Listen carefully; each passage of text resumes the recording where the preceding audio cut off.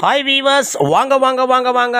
இன்றைக்கி பாருங்கள், எங்கள் மாமியார் வீட்டு வாசலண்ட போனோன்னே மணக்க மணக்க மணக்க மணக்க ஒரே மணக்குதுங்க. என்னன்னு தெரிலங்க.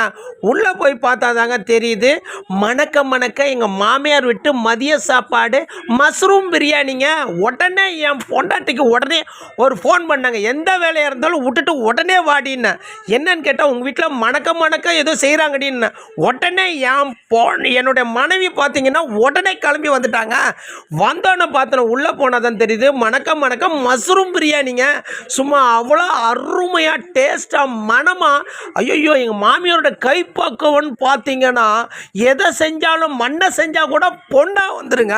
அந்தளவுக்கு எங்கள் மாமியாரோட கைப்பக்குவம் அவ்வளோ அருமையாக இருக்கும். மஷ்ரூம் பிரியாணி சும்மா சுட சுட சுட ஆவி பறக்க சும்மா ரைத்தாவோட உட்காந்து சாப்பிட்டோம் பாருங்க.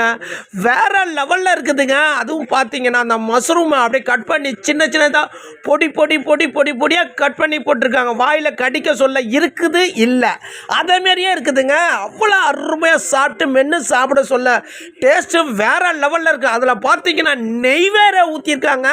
நான் பொய்ன்னு நினச்சிருந்தாங்க, ஆனால் பார்த்தா நெய் தாங்க. அவ்வளோ அருமையாக இருந்துச்சு. டேஸ்ட்டு வேறு லெவலில்ங்க. இது தாங்க எங்கள் மாமியார் விட்டு மஷ்ரூம் மதியமான பிரியாணிங்க. ஓகே வீவர்ஸ், பிடிச்சிருந்தா லைக் பண்ணுங்கள், ஷேர் பண்ணுங்கள், கமெண்ட் பண்ணுங்கள், பெல்ல டச் பண்ணுங்க, சப்ஸ்கிரைப் பண்ணுங்க.